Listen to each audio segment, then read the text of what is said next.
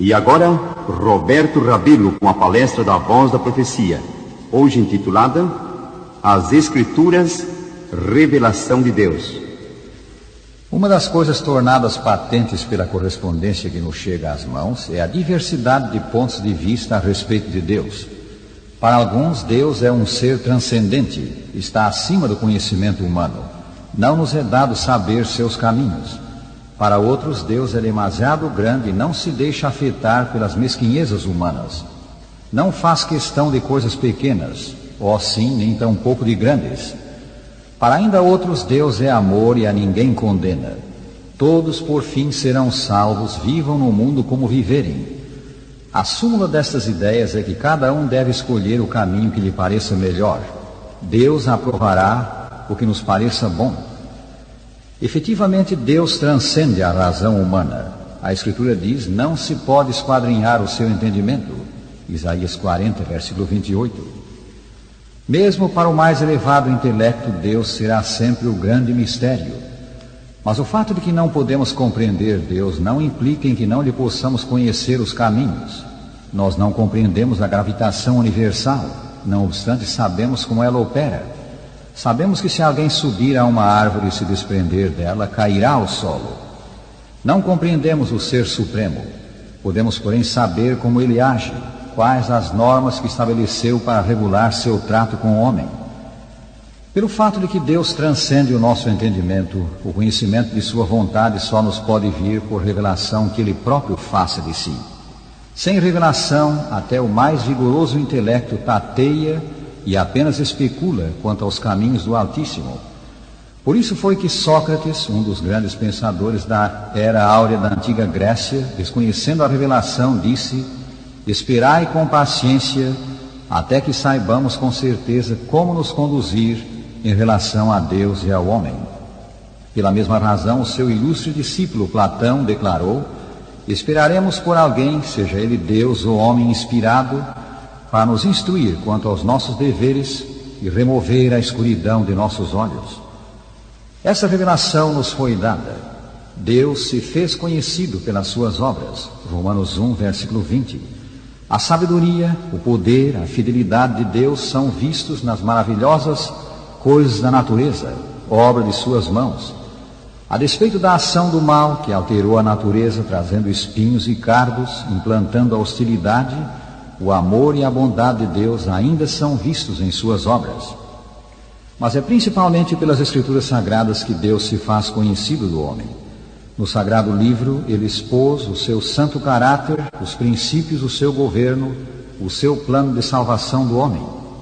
Como revelação de Deus, as Escrituras são a fonte da verdadeira instrução religiosa, a norma da vida perfeita, a guia segura ao que anela atingir o céu. Nas palavras de São Paulo, toda a Escritura é inspirada por Deus e útil para o ensino, para a repreensão, para a correção, para a educação na justiça, 2 Timóteo 3,16. Mas as Sagradas Letras podem tornar-te sábio para a salvação, versículo 15. Durante os longos anos do seu ministério como profeta de Deus e líder do povo escolhido, Moisés escreveu o que ele próprio chamou Livro da Lei.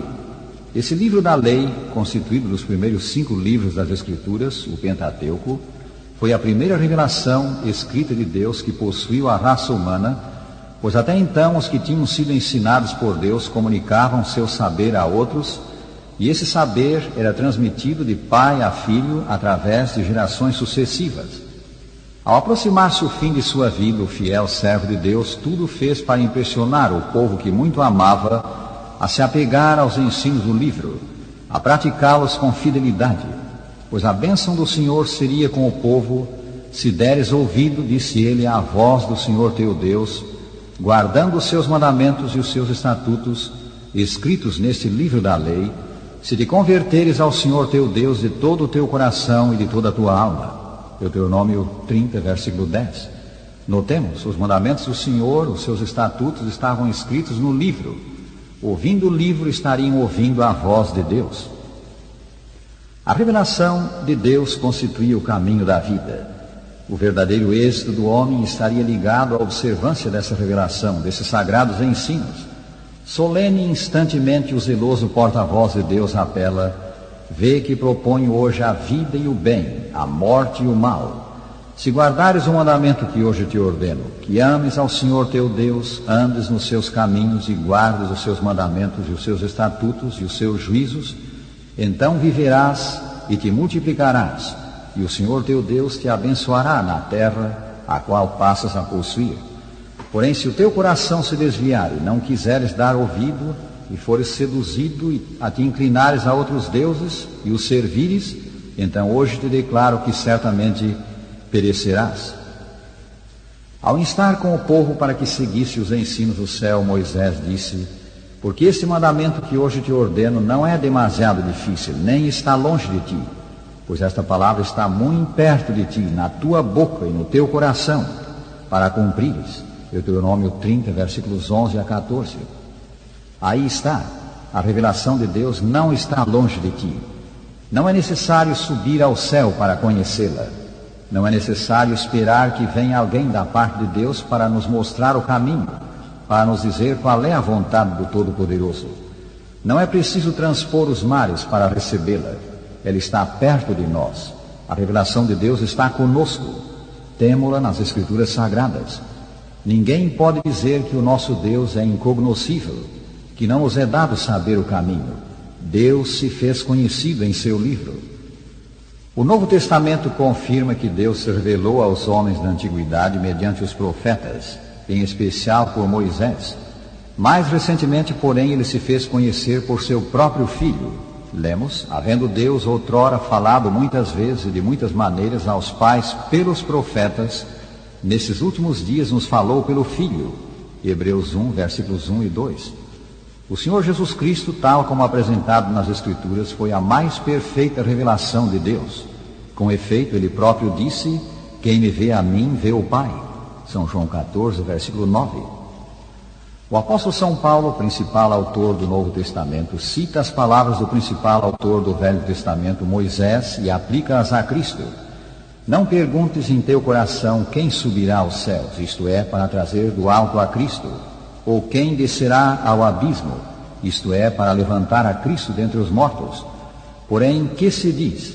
A palavra está perto de ti, na tua boca e no teu coração, isto é, a palavra da fé que pregamos. Romanos 10, versículos 5 a 8.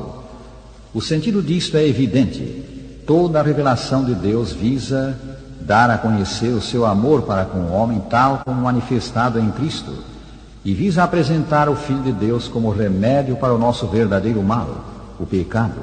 Sim, Cristo como a nossa vida, a nossa esperança, a nossa paz e a solução para os nossos problemas. E esse ajudador, esse Salvador, não está ainda por se manifestar, por se revelar. Ele veio do céu, foi morto, ressuscitou dos mortos, está ao alcance da fé de todo homem sobre a terra.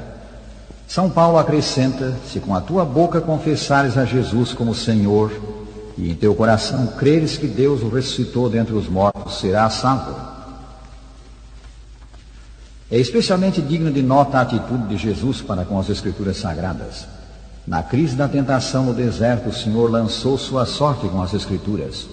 3 vezes o diabo o assediou com sofismas. 3 vezes ele se apegou ao livro. Está escrito, está escrito, está escrito. 3 vezes Satanás apontou-lhe sedutor caminho. 3 vezes ele se firmou na vereda indicada pelas Escrituras. Houvesse Jesus errado então e tomado por caminho que não o de Deus, e sua missão em prol do homem teria falhado. O próprio destino eterno do homem em Cristo Jesus estava em jogo. Os passos do Senhor tinham de ser dados em estreita harmonia com o céu, em fiel obediência à vontade de Deus. Isso ele fez por se apegar às Escrituras. Tal deve ser a atitude de todo cristão. O verdadeiro cristianismo recebe a palavra de Deus como o grande tesouro da verdade inspirada e como a prova de toda a inspiração. Devemos receber a palavra de Deus como a suprema autoridade. Em sua palavra, Deus conferiu aos homens o conhecimento necessário à salvação. As Santas Escrituras devem ser aceitas como autorizada e infalível revelação de sua vontade. Elas são a norma do caráter, o revelador das doutrinas. a pedra de toque da experiência religiosa.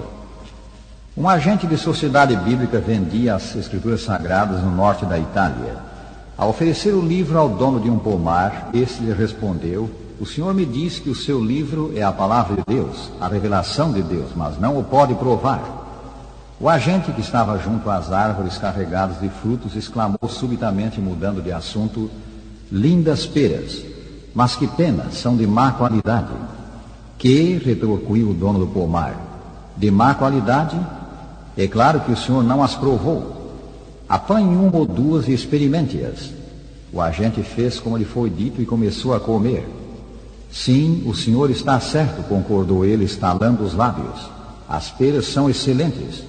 Mas, amigo, o senhor deve fazer com o meu livro o que eu fiz com as suas peras. Prove-o e verá que ele é bom, que ele é de Deus." Prezado ouvinte, prova o santo livro, examina-o diligentemente e verás que ele é a revelação de Deus. Veio de Deus a fim de indicar o caminho para Deus, o Salvador Jesus Cristo, que disse: "Eu sou o caminho, ninguém vem ao Pai senão por mim."